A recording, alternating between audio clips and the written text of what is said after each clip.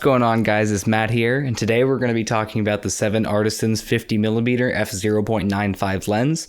This was actually the first lens that a company has ever sent to me to review. It wasn't 7Artisans themselves, but it was an Amazon seller of their products. They wanted a video review of this, so here it is, and I'm super excited to show it to you. Just for the record, it doesn't matter to me that this was sent to me. It was free and that I get to keep it.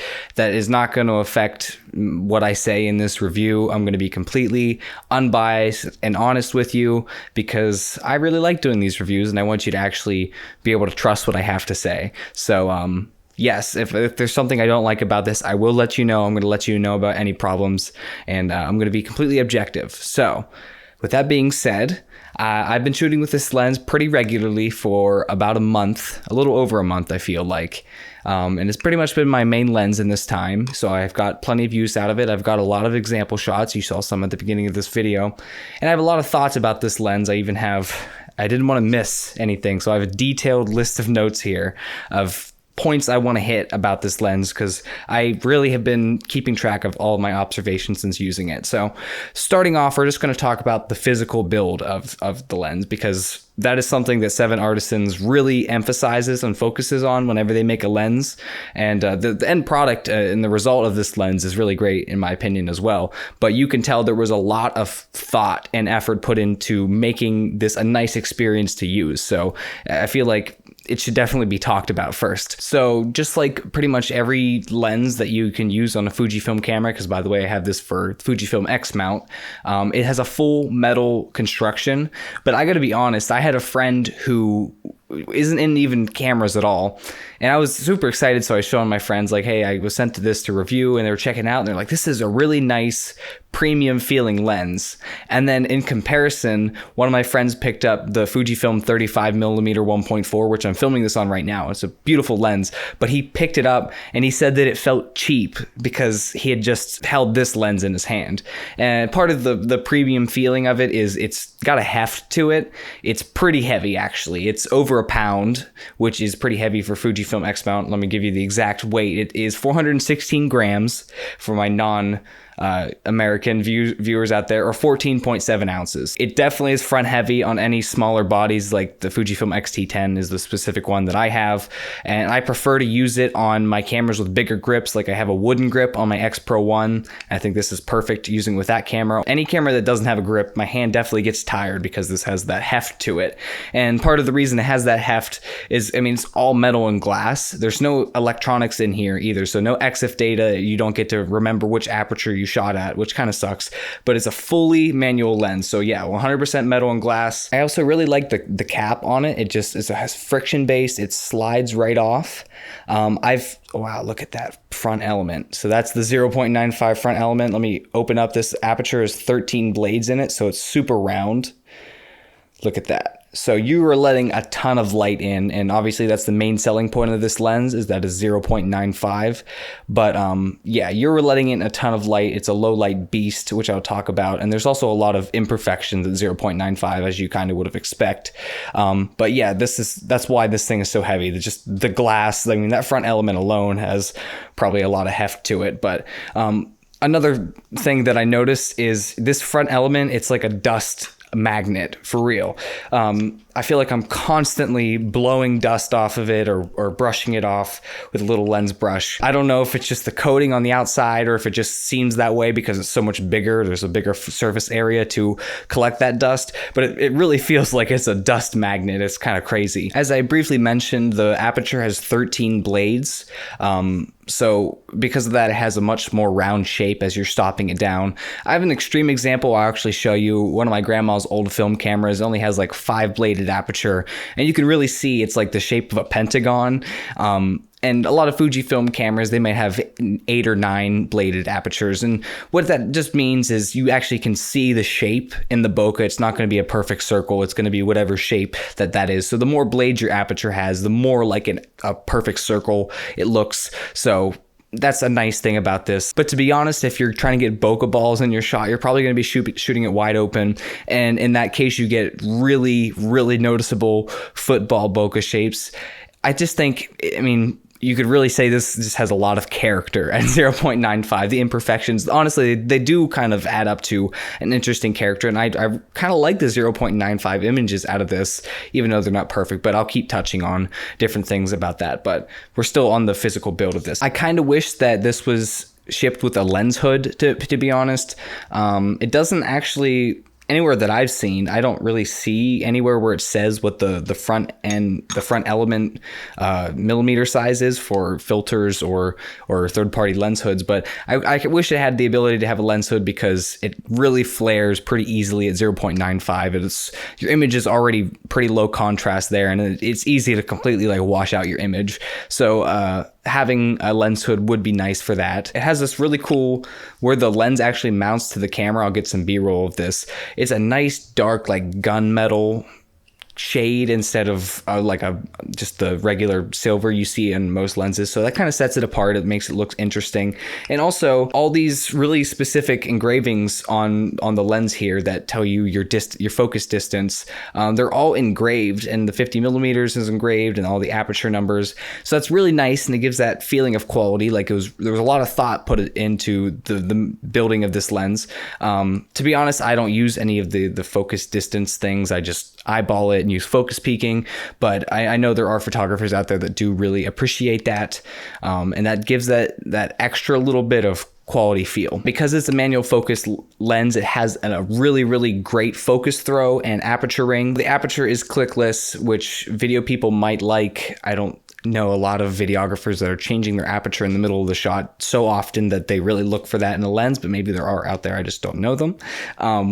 But it would be nice if it had some clicks for photography, because I really think this is mainly a photography lens, and using it for video is really difficult because you're going to be inclined to want to use it wide open, which is going to be basically impossible because your depth of field being so shallow, and just the focal length. It's not easy to like record yourself with this lens. So I guess unless you're behind the camera and an experienced manual focuser, I don't see a lot of people using this lens. I just think it would be it's better for photography. And one last thought on the physical build of this lens before we get into like the handling and some more picture examples with some commentary on them. Whenever you go through the focus range, you can see that the lens extends a little bit. So obviously you're getting a little bit of focus breathing when that happens, when things are moving in and out. But like I said, mainly I think this should be just used for photography. But if you are using it for video, that's going to be a reason that you know, if you're changing your focus really a lot, you're going to notice it. So maybe another reason why it's better for photography, because you don't see that. So now we're on to handling and kind of the results you get from this lens, and then we'll get specifically into image examples, like I said. So everyone's wondering, they're going to get a lens like this to shoot it at 0.95. That's why you buy this kind of lens. And there are a lot of characteristics, and they could be considered flaws, but they do give your image a lot of character at 0.95. So first off, the difference between 1.4 and going to 0.95 is you're getting a sharp decrease in contrast, very sharp decrease. And you're losing a good bit of sharpness as well. But in the middle of your frame, if you're trying to isolate like your subject in the middle of your frame, it's pretty sharp in the middle, but obviously the corners are going to be the softest. But whenever you're shooting at 0.95, because you're most likely isolating a subject in the middle of your frame, you're going to have foreground and background out of focus elements. So the softness, the natural softness from shooting at 0.95 is going to be less noticeable anyway. But yeah, obviously you're going to have softer corners, 0.95. You have a sharp decrease in contrast and sharpness. And you also have some like, it kind of looks like it has a black pro mist filter. It's kind of hazy, so you can just use dehaze in post. Maybe sometimes you have to put it on like 40%, especially if you have some backlit conditions. But I think it looks about the equivalent of like a quarter strength black pro mist filter, if not maybe a little bit stronger. So you're getting some haze. You're not having some as much sharpness. But I'll just show you this example here. I took a picture of some apples on a tree at my house at 0.95 and then at 1.4. And you can see the huge increase in contrast, a little bit of saturation and sharpness on the 1.4 image. But I showed these two images to a photographer I knew, and he said that the 0.95 image reminded him more of analog, and the 1.4 image reminded him more of digital, just because, you know, just the character of the images. So if you are getting a Fujifilm camera and you're shooting a manual focus lens, maybe you want that analog look anyway, so that 0.95 can help you achieve that. This shows the super shallow depth of field. I took a picture of the word Sonata on the back of my car, and I'll come back to this later when I talk about chromatic aberrations, but this shows you the difference between right out of camera and then after I edit it, you can add some of that contrast back and you can still get a good looking image. These imperfections that come with shooting at 0.95 aren't necessarily baked into your image if you're shooting raw. So this lens is mainly meant for portrait photography, and it definitely excels at that. And I have to admit, after the post-processing and fixing some contrast issues, the difference between 0.95 on this portrait and 1.4, I like the 0.95 image better. I can see a noticeable increase in background blur, and the bokeh has nice characteristic to it. It's pleasing to the eye, and it's just a little bit more subject isolation, a little bit more of a 3D pop. I like the 0.95 image, and that's after it's edited, and I think it just excels at portrait photography. It's so good whenever you use it for what it's meant for. Crazy enough. You definitely get some swirly bokeh. I've even heard people say that the bokeh on this, I can't remember if it was, I watched a bunch of reviews on the 35 0.95 from 7Artisans and then the 50 0.95, but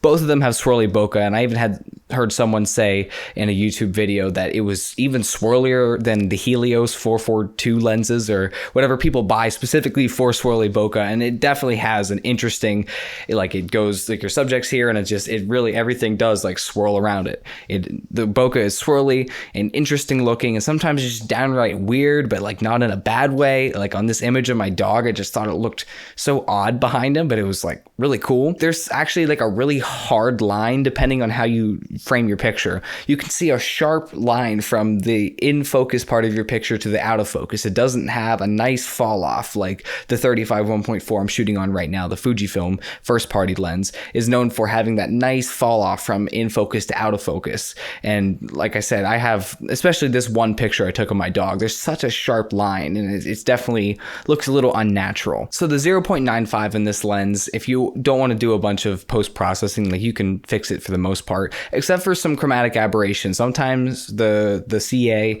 I'll just shorten it because I don't want to say it so much.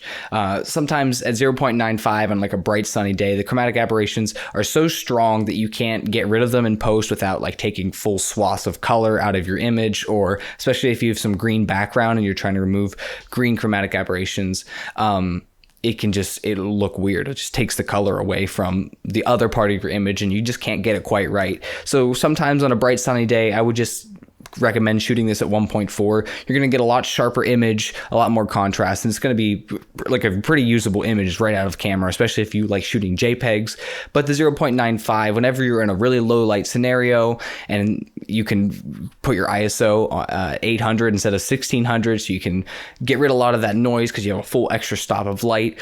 It's in those low light situations without that extra backlighting and all that light, I think, is what really brings out the imperfections of the 0.95. But shooting just completely indoors, like these are just like my friends, we were just hanging out, and no like extra video lights or anything, just regular house lights at nighttime. Shooting this at 0.95, the contrast is fine. I didn't have to add nearly as much contrast, and I think it's shooting in the low light whenever the 0.95 really comes in clutch, and it just makes a lot more usable images, mainly because you're not having to crank your ISO so high and get all that noise. Just another thought, the minimum focus distance, it doesn't blow your mind either way. It's not like its focus is really far out there and it's hard to get a subject to be bigger in the frame. It just depends on the size of your subject, but it also doesn't like blow your mind. Like I can get so close and get some crazy background blur. It's just like average. I don't know what the exact number is, but that's just how I felt using it. Like it wasn't crazy either way. I guess I should probably just put the number up, but I think it's more important, honestly, to get just how you feel about the lens. Like if you feel like it's not right, instead of just knowing the exact number, it's almost not as helpful. Overall, using this lens, I had a really great time, and I definitely can see myself using it more, especially on my X Pro 1. I think I'll have a lot of fun just shooting manual on the X Pro 1, having that retro feel with a full manual focus lens.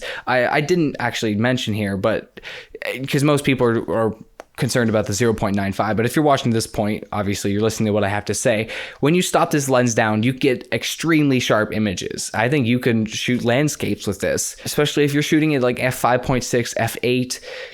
I've never noticed soft corners. I know people like zoom in on the corners specifically, maybe at 2.8, f4, maybe a little bit, but never so much, unless I guess if I was zoomed at 300%, yeah, it's going to look a little soft. But I've never, just looking at the image as a whole, as a normal person would, as your audience for your photographs will look at it, I've never noticed soft corners, and I thought it looked fantastic stopped down. I got some great images just stopping this down. It's exceptionally sharp glass, especially for the price point of around $250 of what this is going for.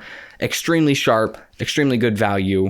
I think 7Artisans, with what money they didn't have to put towards putting autofocus in this, or maybe a clicked aperture, or having, whatever the things that are excluded from this, they put that money really well towards making amazing value glass for just the best image quality for the dollar you're spending. With what drawbacks there are, I think this overall is a really good value, a really good deal. And even though I have nicer, technically more perfect lenses, I think I will be coming back to this because I really like the character that it produces, and I see it in friends I take pictures of, or I've done a couple pictures for like local businesses and stuff. They see like the magic in the image, and they see that it looks, they don't know exactly what, they can't point it out like somebody who's well versed in the lingo of photography, but it just, there's something about it. It's pleasing and it draws your eye, and it's great.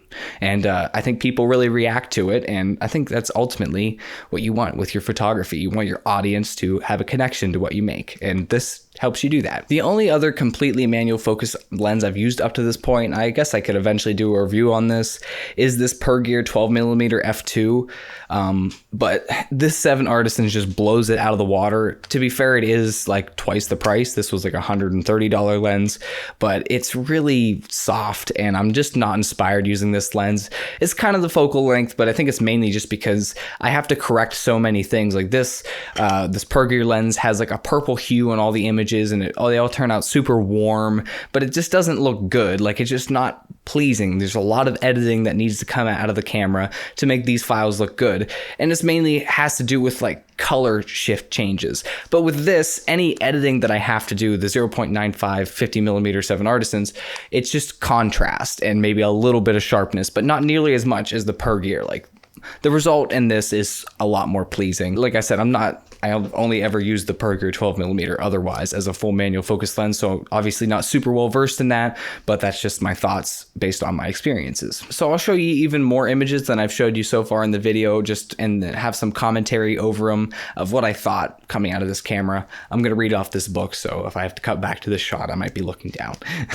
So the first image here is the first image I actually took with this lens, and it was a camera up here, one of my grandma's old film cameras, and immediately I saw like the swirly bokeh and the magic at 0.95. I don't think I edited this. You can see it's pretty low contrast and everything, but maybe I did edit it. I can't remember, but I just thought the image looked really interesting, and it was a great first impression. Next, I already have demonstrated this, but just so you can see it with another example, the difference between this wall lamp at 0.95 and 1.4, you can see, especially in the dark colors of the wall lamp, you're losing a lot of that darkness, and it's actually like filling in other colors that maybe aren't even there. So the colors aren't as true at 0.95, but again, I find that is mainly outside when there's an abundance of light, and I don't see it as much in low light, where 0.95 probably would make more sense anyway. So here's another example of some bokeh. I took the same picture of this angel at 0.95, 1.4, 2, and 2.8. So you can see getting progressively less bokeh. I just wanted to show a couple pictures of these clouds on a really beautiful day with like an awesome sunset. Really great color rendering from this lens. Very true to real life, very pleasing. I loved how these turned out. So back to the Sonata logo here, you can see the chromatic aberration in the foreground. I believe it's purple, in the background it's green. I'm not looking at it right now, but I believe that's how it is. Maybe it's reversed. And then the headphones here, you can see the same exact thing with the foreground and the background having the different colored chromatic aberrations. I intentionally didn't try to fix it on these just to show you what it looked like. But in any of the other images in this that I've edited that were shot at 0.95, I've removed as much chromatic aberration as possible. So if you didn't immediately notice it, then it wasn't that big of a deal, or I was able to remove it all. And then finally, I had this plant here. This is a really good scene where I actually think 0.95, this image, looks nicer than 1.4 because you're starting to get more detail in your background, and it's not as pleasing. I think the 0.95 has the more creamy, awesome look to it. So yeah, I hope that you had plenty of image examples and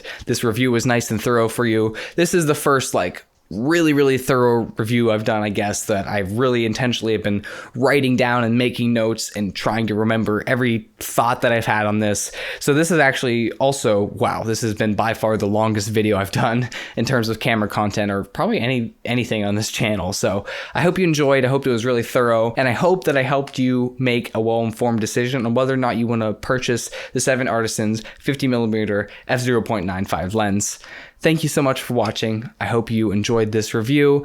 I hope it was interesting. Leave a like, leave a comment down below so you can encourage me to do this again and dedicate this much time and effort to making another review in the future. I hope this helps a bunch of people out. I hope some people really get something out of this. So thanks for watching. Leave that like, leave that comment, and I'll see you in the next one, guys. Bye.